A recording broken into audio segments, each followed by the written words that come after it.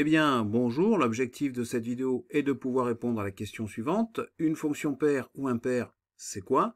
Alors, cette vidéo s'adresse à des élèves de seconde en cours de mathématiques. On va commencer par répondre à la première partie de cette question, c'est-à-dire une fonction paire, c'est quoi? Et on va commencer par une approche intuitive. J'ai ici la représentation graphique d'une fonction. J'ai l'impression que cette représentation graphique, en tout cas, elle est symétrique par rapport à l'axe des ordonnées. Eh bien, une fonction paire, c'est ça, c'est une fonction, donc sa représentation graphique est symétrique par rapport à l'axe des ordonnées. On va voir maintenant une définition beaucoup plus mathématique. Alors, f est une fonction définie sur un ensemble D, D étant l'ensemble de définitions. Dire que f est une fonction paire signifie que, premièrement, pour tout x qui appartient à D, moins x appartient aussi à D, à l'ensemble de définitions. Deuxièmement, pour tout x qui appartient à D, f de moins x égale f de x. Alors, on va voir ce que cela donne sur la représentation graphique d'une fonction paire. Alors, effectivement, je pars ici de x, de l'antécédent x, et je détermine son image, ici, f de x. Je pars ensuite de moins x, je détermine son image, f de moins x, et on peut constater que f de x, effectivement, est égal à f de moins x. Alors, vocabulaire, un ensemble D qui vérifie la condition 1. À la condition 1, je le rappelle que pour tout x qui appartient à D, l'ensemble de définition, moins x appartient aussi à D, à cet ensemble de définition. Donc, un ensemble D qui vérifie la condition 1 est dit symétrique par rapport à 0. Alors, conséquence graphique, dans un repère orthogonal, une fonction est paire si et seulement si sa courbe représentative admet l'axe des ordonnées comme axe de symétrie. Alors, si et seulement si, ça traduit ce qu'on appelle une équivalence mathématique, ou ce que j'appellerais aussi une double implication.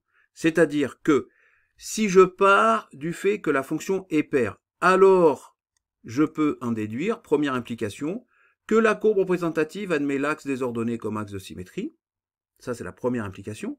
Deuxième implication, si je pars du fait que la courbe représentative admet l'axe des ordonnées comme axe de symétrie, alors je peux en déduire que la fonction est paire.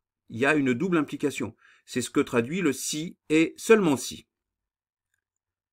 Alors, on va maintenant répondre à la deuxième partie de cette question, c'est-à-dire une fonction impaire, c'est quoi? J'ai ici la représentation graphique d'une fonction impaire, et on peut constater que cette représentation graphique, eh bien cette fois, elle est symétrique par rapport au point O, par rapport à l'origine du repère. Alors en effet, si je prends par exemple ici un point A, que je trace une droite qui passe par A et l'origine du repère, voilà, ici, on peut vérifier grâce à mon compas, voilà, que effectivement, voilà, j'ai bien ici une image A', d'accord, qui est l'image de A par rapport à la symétrie de centre O. Et si je fais ça avec n'importe quel point de la courbe, eh bien, j'obtiens à chaque fois son image. Donc, c'est bien une symétrie centrale. Une fonction impaire est une fonction dont la courbe représentative est symétrique par rapport à l'origine du repère. On va voir maintenant une définition plus mathématique. Alors, f est une fonction définie sur un ensemble D. Dire que f est une fonction impaire signifie que, premièrement, pour tout x qui appartient à D, l'ensemble de définition moins x appartient aussi à D. Je rappelle qu'on dit alors que D est symétrique par rapport à 0. Deuxièmement, pour tout x qui appartient à D, eh bien f de moins x est égal à moins f de x. Alors, si on reprend la représentation graphique d'une fonction impaire, effectivement, je pars ici de x et je détermine son image f de x. Je pars de moins x et je détermine ici son image, c'est-à-dire f de moins x. Et je peux effectivement constater, à l'aide de mon compas, ici, voilà, que eh bien, f de x et f de moins x sont bien symétriques sur l'axe des ordonnées par rapport à 0, ce qui veut dire que f de moins x est égal à moins f de x. Donc on a bien f de moins x qui est égal à moins f de x. Donc, conséquence graphique, dans un repère orthogonal, une fonction est impaire si et seulement si sa courbe représentative admet l'origine du repère comme centre de symétrie. Encore une fois, le si et seulement si traduit une équivalence ou ce que j'appelle une double implication. Alors, c'est-à-dire que si une fonction est impaire, alors je peux en déduire que sa courbe représentative admet l'origine du repère comme centre de symétrie. J'ai ici la première implication.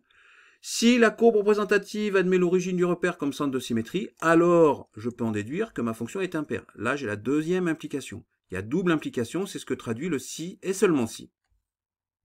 On va voir maintenant un exercice. Donc, exercice 54, page 219 du manuel seconde hyperbole Nathan. Pour chaque fonction f définie par son expression, déterminer f de moins x, puis en déduire la parité de la fonction f. Donc on a ici plusieurs expressions de f et on doit déterminer, en déduire la parité de cette fonction. Alors je vais commencer avec le petit a, c'est-à-dire f de x qui est égal à 3x carré moins 10 sur l'ensemble R. Alors j'ai ici, grâce à la calculatrice, la représentation graphique de ma fonction f. Et je peux constater que visuellement, eh bien, cette représentation graphique, elle est bien symétrique par rapport à l'axe des ordonnées.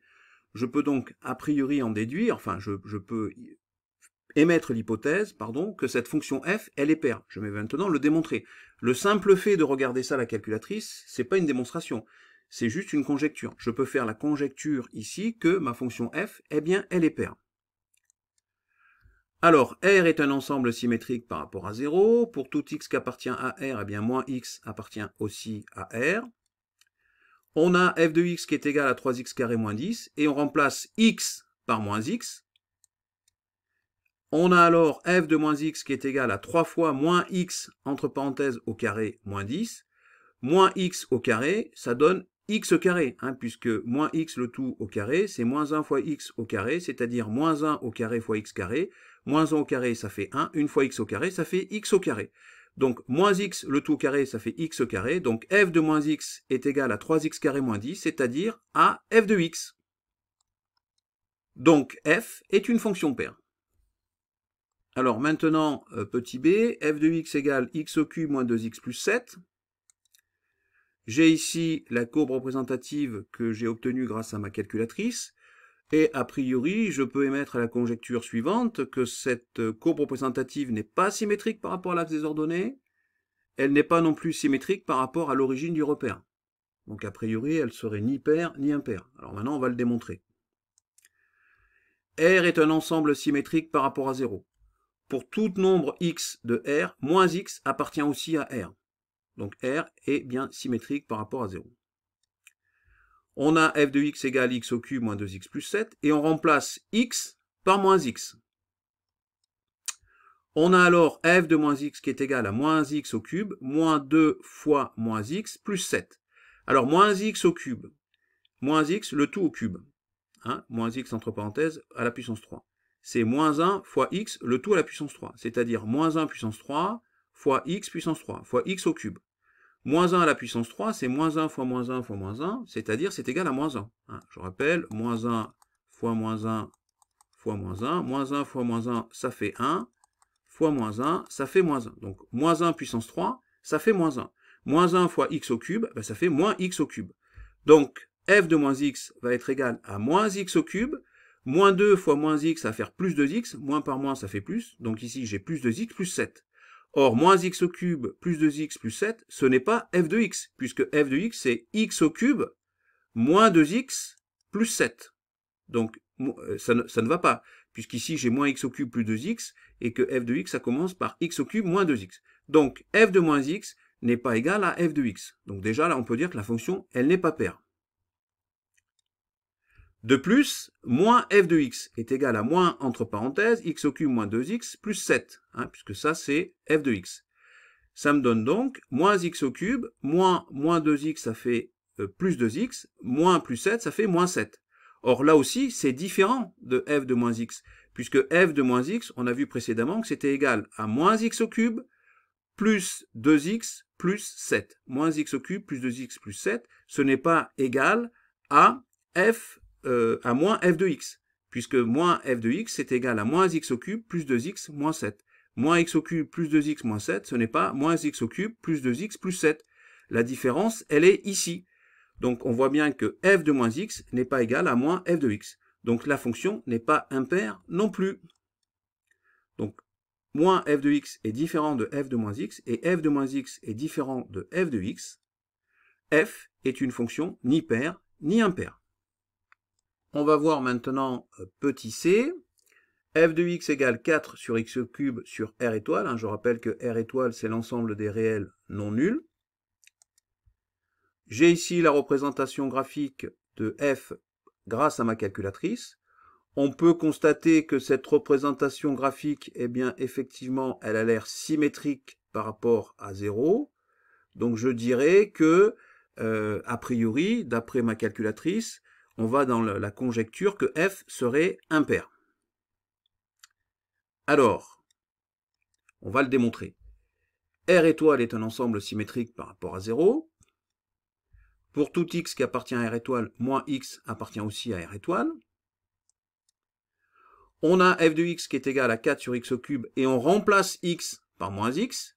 Et on a alors f de moins x qui est égal à 4 sur moins x le tout au cube. Alors, on a vu précédemment que moins x le tout au cube, c'était moins 1 fois x le tout au cube, c'est-à-dire moins 1 puissance 3 fois x puissance 3, c'est-à-dire moins 1 au cube, ça fait moins 1. Moins 1 fois x au cube, ça fait moins x au cube. Donc f de moins x qui est égal à 4 sur moins x le tout au cube, eh bien au final, c'est égal à moins 4 divisé par x au cube, c'est-à-dire moins f de x, puisque 4 sur x au cube, c'est f de x, et donc c'est égal à moins f de x. F de moins x est égal à moins f de x. F est une fonction impaire. On va voir maintenant le petit d. Alors, f de x égale 3 divisé par x carré moins 4 sur l'intervalle fermé moins 1, 1. J'ai ici la représentation graphique que j'obtiens à l'aide de ma calculatrice sur l'intervalle moins 1, 1. Et on voit qu'a priori, je dirais visuellement, on a l'impression que cette représentation graphique, elle est bien symétrique par rapport à l'axe des ordonnées. C'est-à-dire qu'a priori, on peut faire la conjecture que la fonction f, eh bien, elle est paire. Alors, on va maintenant le démontrer. Alors, moins 1, 1, l'intervalle fermé, moins 1, 1 est un ensemble symétrique par rapport à 0. Pour tout x qui appartient à l'intervalle moins 1, 1, moins x appartient aussi à l'intervalle fermé moins 1, 1. On a f de x qui est égal à 3 sur x carré moins 4, et on remplace x par moins x. On a alors f de moins x qui est égal à 3 sur moins x le tout au carré moins 4. On a vu précédemment que moins x le tout au carré, c'est moins 1 fois x le tout au carré, c'est-à-dire moins 1 au carré fois x au carré. Moins 1 au carré, ça fait 1. 1 fois x au carré, ça fait x au carré. Donc moins x, le tout au carré, ben, ça donne bien x au carré. Et donc f de moins x est égal à 3 sur x carré moins 4, c'est-à-dire à f de x. F de moins x est donc égal à f de x. F est une fonction paire. Et bien voilà, c'est la fin de cette vidéo, j'espère qu'elle vous a plu. Et je vous dis donc à bientôt sur la chaîne YouTube ainsi que le site Skoll Mathématiques.